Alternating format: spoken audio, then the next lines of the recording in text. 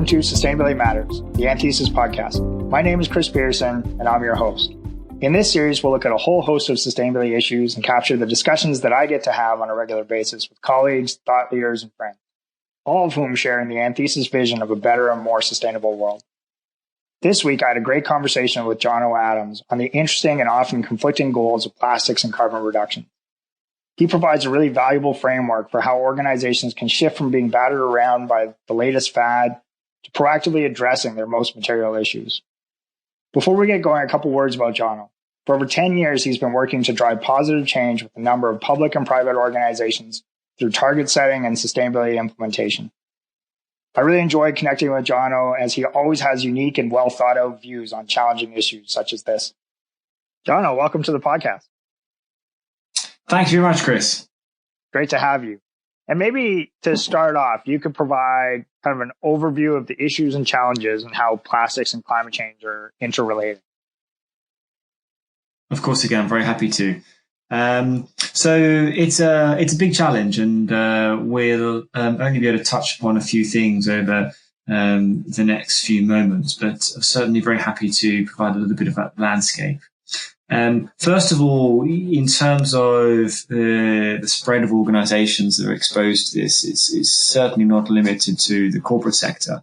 Both the public sectors at the national level and at regional level are grappling with really trying to understand how to balance responding to challenges related to the likes of plastics and climate change.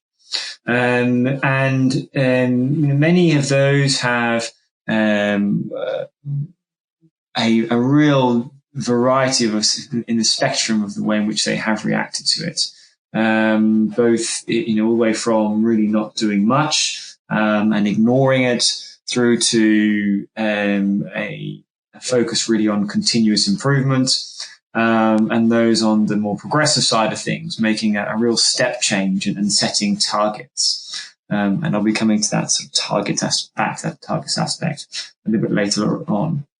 And the motivation can come from sort of a real grassroots type awareness, whereas others, it's built up through a real willing to fully understand the science and the deeper understanding of the technical challenges, or the technical aspects to these challenges.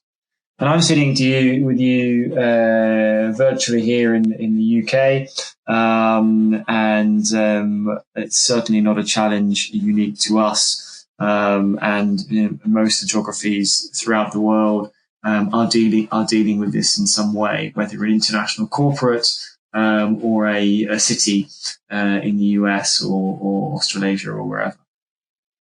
So the challenge is that these organizations, as they are exposed to these different, in this case, environmental impacts, is how they react in a manner which really shows that they are providing clear commitments and really being able to explain the scale of ambition. And I was, as the topic is focusing on those two impact areas, and that's really an area of my focus. That's by no means the limitation, and that's really part of it. Is that we have to think about the full spread of social and environmental issues, and considering any of those in isolation becomes really the source of that difficulty. So from the environmental side of things, whether we're looking at water issues or biodiversity or land use, or impact carbon or plastics, and all of these issues are organizations are setting, in some instances, setting targets, but to set them in one area really can, without fully understanding the integration and the interaction between them, can really limit progress and can really undermine efforts. And so it's the importance of trying to look at that whole picture in a more integrated fashion. And Jono, maybe help us to unpack kind of, fully appreciate that you need to embrace that complexity side of it, but it also feels within the sustainability space that we're great at adding layers of complexity without necessarily solutions or understanding how they interact. So maybe kind of you could help me to get my head around, how do plastics and climate change interact? Of course. So just taking those two examples, they are really on both sides of the spectrum in terms of one which is very tangible, that being plastics. And for many, it's very visible. Arguably, one of the real triggers to a focus of public awareness and public perception of the challenge and the impact that we as humans are having on the planet in regards to plastic was quite some time ago, and by the BBC Blue Planet 2, David Attenborough's series, which certainly in the UK, but I'm trying not to be parochial, that did spread quite a lot further than our shores, really to show the issue around ocean plastics, and that is something which you can see. It's very visible in our natural local environment. So the public consciousness of that is very high.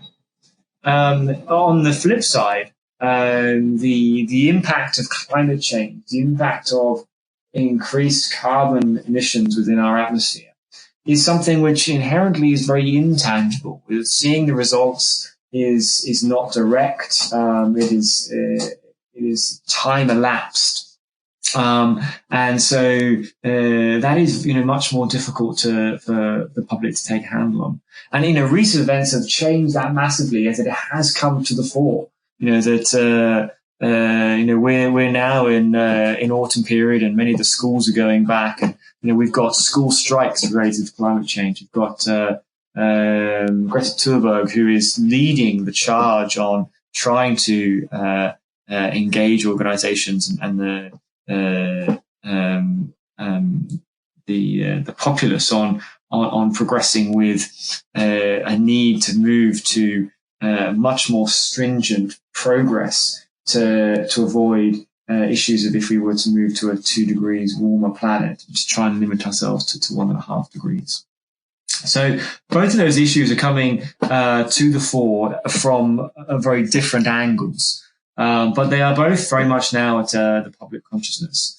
And for organizations, the public is certainly just one of their stakeholders. They're seeing these issues arise within their supply chain, further up their supply chain. They're seeing the impacts of that, both directly and indirectly. And just in terms of the most direct example is clearly some of us who are not exposed to the direct issues of climate change. In terms of plastics, the health aspect of microplastics and ingestion into health, bring it to people, bring it to life to people, and therefore they're expecting a very swift response. They're expecting to have this dealt with immediately, and that is clearly a big challenge for any organisation who is just a very, very small part of that puzzle. So maybe, Jono, you could provide us with some examples of both how companies maybe are missing the mark on this by becoming too focused on one versus the other, and then how other companies, given that spectrum you talked about, from doing nothing to continual improvement to setting some targets, how examples within each are approaching that.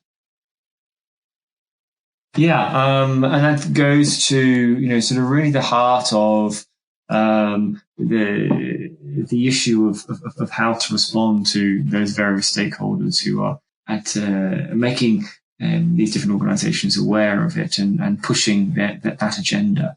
On the corporate side, for example, retailers are very exposed to customers. They're receiving very strong reactions to both of those impacts that we're really talking about today. On the plastic side, it's very emotive, the idea of unnecessarily packaging on fruit and veg, for example, and a desire to provide a solution. Well, just get rid of the packaging. Let's change the the packaging to paper bags, they're sort of the enthusiasm for them to see it in a manner which is maybe less complex than it actually is some of that challenge. So from, there's a great, many examples, but on that sticking with the retail sector, seeing a number of CEO-led commitments to only use paper bags or to use biodegradable plastics, without a really full understanding of the impacts of the core challenges and the interactions with other issues. The paper bag it could in one manner solve the plastics issue and then significantly increase carbon emissions from the weights related to different packaging types. Biodegradable plastics being, in one sense, sort of a great idea, but without the infrastructure to be able to deal with that, simply just creates another problem. Sort of moving up the consumer goods supply chain a little bit, there's sort of recently been engaging with a major international baker, and they've previously removed a significant amount of packaging in their end product. But as a result, that has had something like a 4 times increase in the amount of packaging in the back of house within the supply chain, in the logistics side of things. So there is an appreciation that that without full evidence of an understanding of the impact itself and the integration and the interaction with other impacts, then that can lead, that pressure to do something can certainly lead to a knee-jerk reaction. It's fascinating. Think about how do you balance all those different levels of complexity and those interactions? And are there models you've seen that have worked for organizations, both public and private, around that? There are, and I'm aware that we haven't really touched on the public, so I might just indulge just a little bit about sort of how that issue manifests in a slightly different way. And clearly there are different stakeholders, but the cities is a really fascinating space that are exposed to many of these impacts, but also has the ability to affect change. And actually, arguably, it is both here where I'm speaking in the UK and where you are in North America, the regional progress that is made around things like climate change as a result of the void in sufficiently progressive governance at a national level. Has meant that there's a sort of real space for innovation. They are dealing with a situation where there's those impacts are clearly really broad. And, we've touched upon the difference between the social and the environmental impacts. But for a city, they are weighing up climate change reduction, resource management, plastics as part of that, but also with an understanding how to deal with really important social aspects such as fuel poverty, homelessness, access to key services. And again, there's either sort of well-intentioned or ego-driven leadership by some of these cities to make a commitment to a certain area with really no understanding of those details of those interactions can again cause a big challenge, and obviously not least within the political cycles, the very short political cycles that they play. But just thinking a little bit more positively, those challenges within the cities, is we are seeing that they are starting to use the collaborative platforms that are available, sort of collective mayor platforms or different platforms with different large international cities or cities of similar size working together in different countries.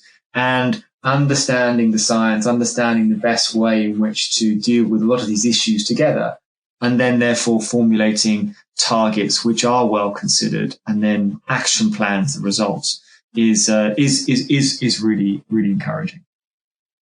Appreciate you taking the kind of fear away with some potential solutions. And is that kind of the model that you see as being effective, both in the public and private sector? On plastics and carbon, that's, starting with the corporate sector, we're, explaining that knee-jerk reaction issue. There is a real need for corporates to understand both what, that particular impact, it's the effect that it's having on the organization, on that business, what the business objectives are, but also, of course, obviously what that organization impact is having on the environment. Both of those, inside out and outside in, need to be really well considered. The understanding, the technicalities of those, but, within the frame of the overall business objectives an organization has, is fundamental. That you can have, to sort of enthusiastically push to effort in one impact, which actually is, they have a sort of a really sort of low in terms of the material issue that is for the business is not necessarily the right approach. So exploring these impacts and within sort of an understanding the material impact for a business is absolutely critical. From there, they can be much more confident in then deciding on what the scale of ambition needs to look like, and then defining an action plan. And then as that the challenge, as will entirely be expected from their different stakeholders, is received, they can be more confident that they have already explored those areas, that they're changing and flexing as required, but they're not forced to have that knee jerk and therefore go off course, and also therefore be very distracting to their overall business objective, which actually might be a much more sustainable one than what is suggested. And if I could just bring that to another example, there's obviously on the plastic side, bottles are clearly plastic bottles is a key part of that problem. And again, when you've got businesses who are within the space of providing bottled water, should they be swapping one package for another from plastics to glass, just like we talked from going from plastics to paper? Is that the right solution? And that might solve some things, but it won't solve carbon emissions or maybe increase carbon emissions. Therefore, thinking about different business models which actually might support, having a take-back scheme, and what does that look like? All of these things are great responses, but understanding the technical aspects of whether it is actually better and the unintended consequences is fundamental before actually moving ahead with a plan. Maybe, Jono, I think one of the things we've consistently seen over the years and decades within the sustainability space has been this just, added the new issue of the day, right? And it's interesting that it feels like plastics and climate change are those that have been the stickiest of those, but there's this continual churn. And it's interesting hearing kind of what that process could look like within an organization. So you've got the appropriate governance and system to evaluate these new waves that are coming in of issues. I'm just kind of curious if you're seeing it specifically within the plastics and climate change organizations that are doing that really successfully to kind of balance and respond to those challenges around that and, stand their ground, if you will, in terms of maintaining their focus. Mm-hmm. No, I mean, I think these issues and the fact that, the scale of the impact is one thing. It's the perception and by various parties that is also very important, and the extent to which there is a focus and expectation on organizations to do something. And clearly plastics and carbon where we are right now is our areas of very high in the public conscious. They haven't changed in terms of the impact over the last 6 months, but it's arguably certainly in some geographies more of a focus, which is good. That it is being, these are areas which are being better vocalized, but it needs to stimulate the right types of impact, the right type of action. So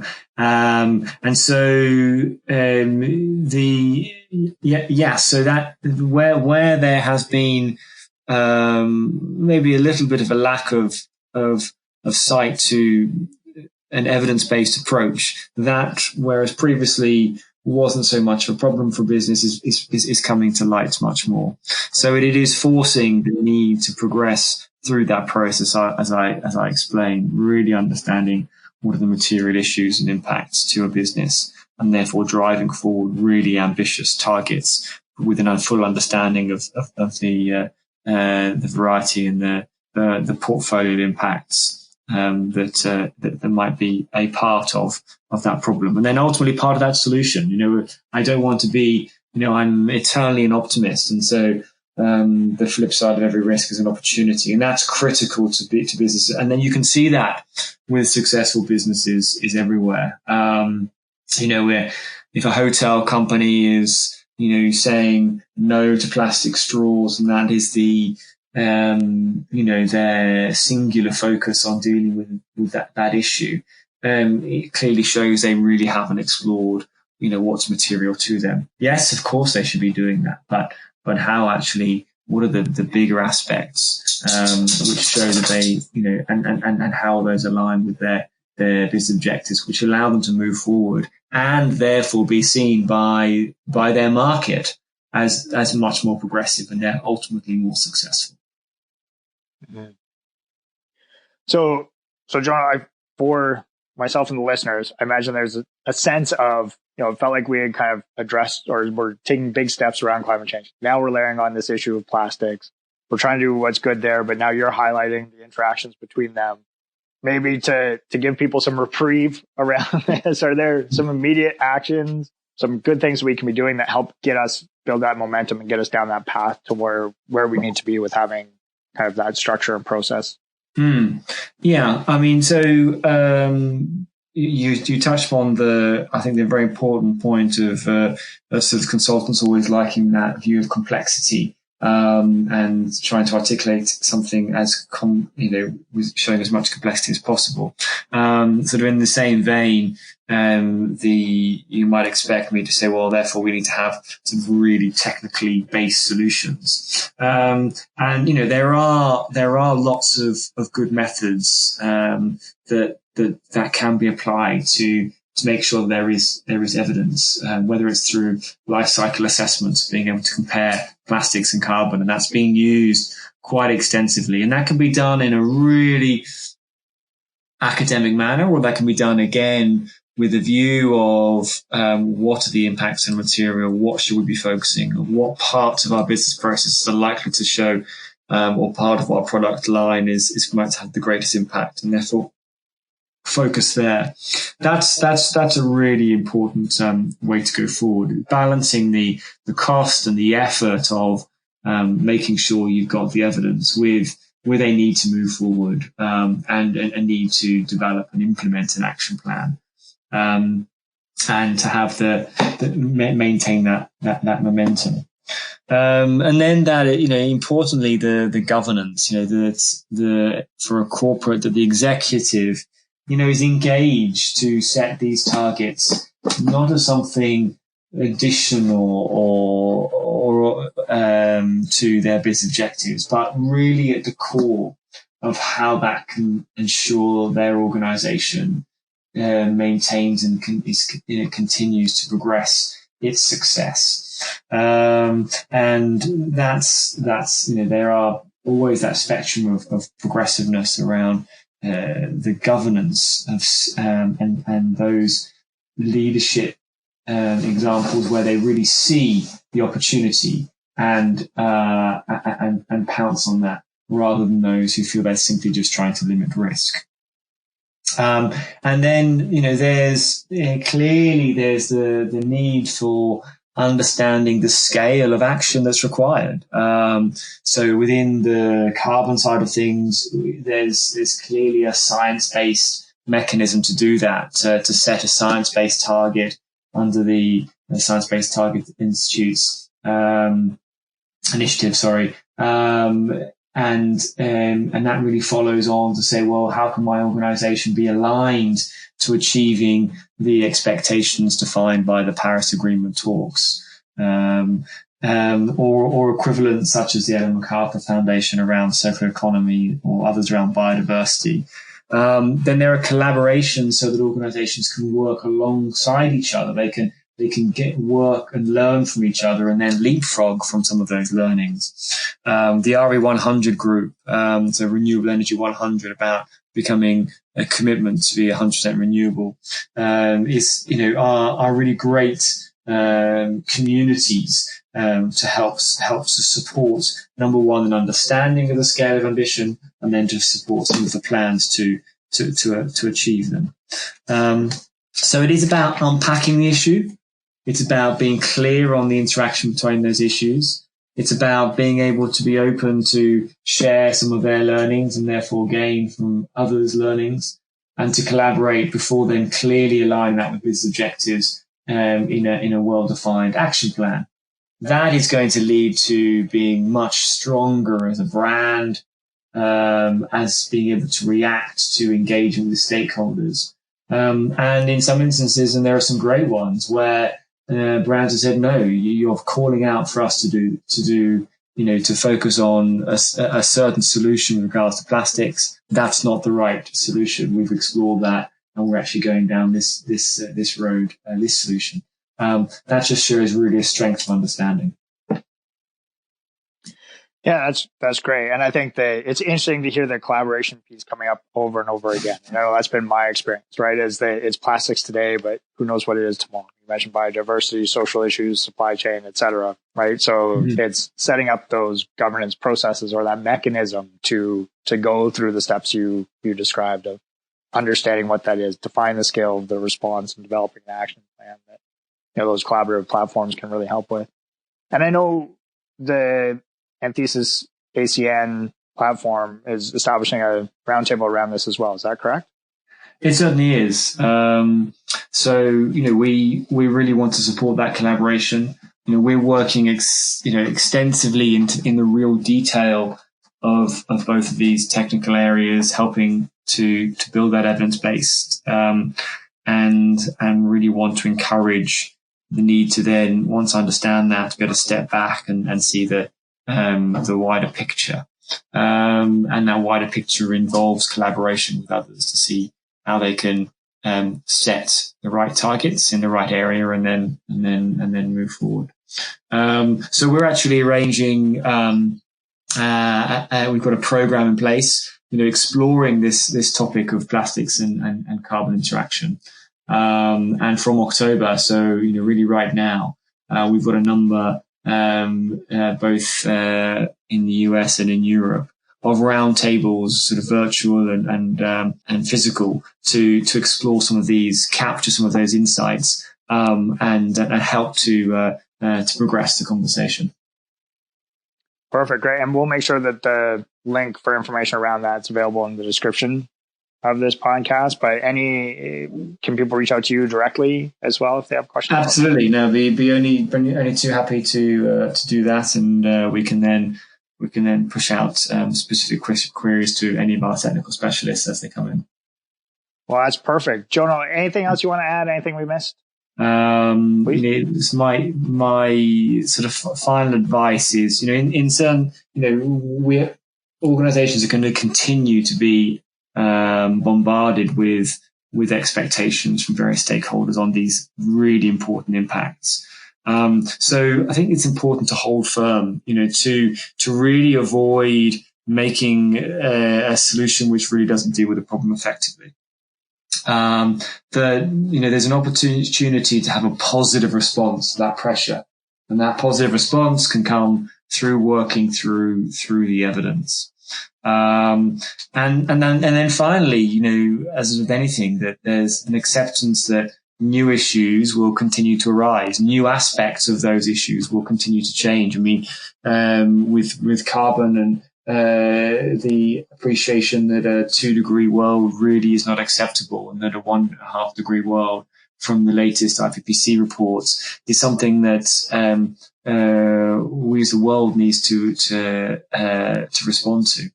And that, for companies to be ready to flex to that the action plans developed, need to be able to have enough focus and enough direction, not to be railroaded, but at the same time, they do need to flex, and understanding what they need to flex to and is something which is going to be critical. No, that's perfect, Jono. That's a great summary, because it's a complex issue, and it's addressing the complexity between all of these issues today and the emerging ones tomorrow. So I think that was a great way to sum it up. Jono, thank you very much for your time. For anybody that's interested in reaching out to you, email is jono, jono.adams@anthesisgroup.com. And then I'm always available at chris.peterson@anthesisgroup.com as well. And look forward to speaking with everybody again soon. Jono, thank you again for your time. Really appreciate it. It's a real pleasure.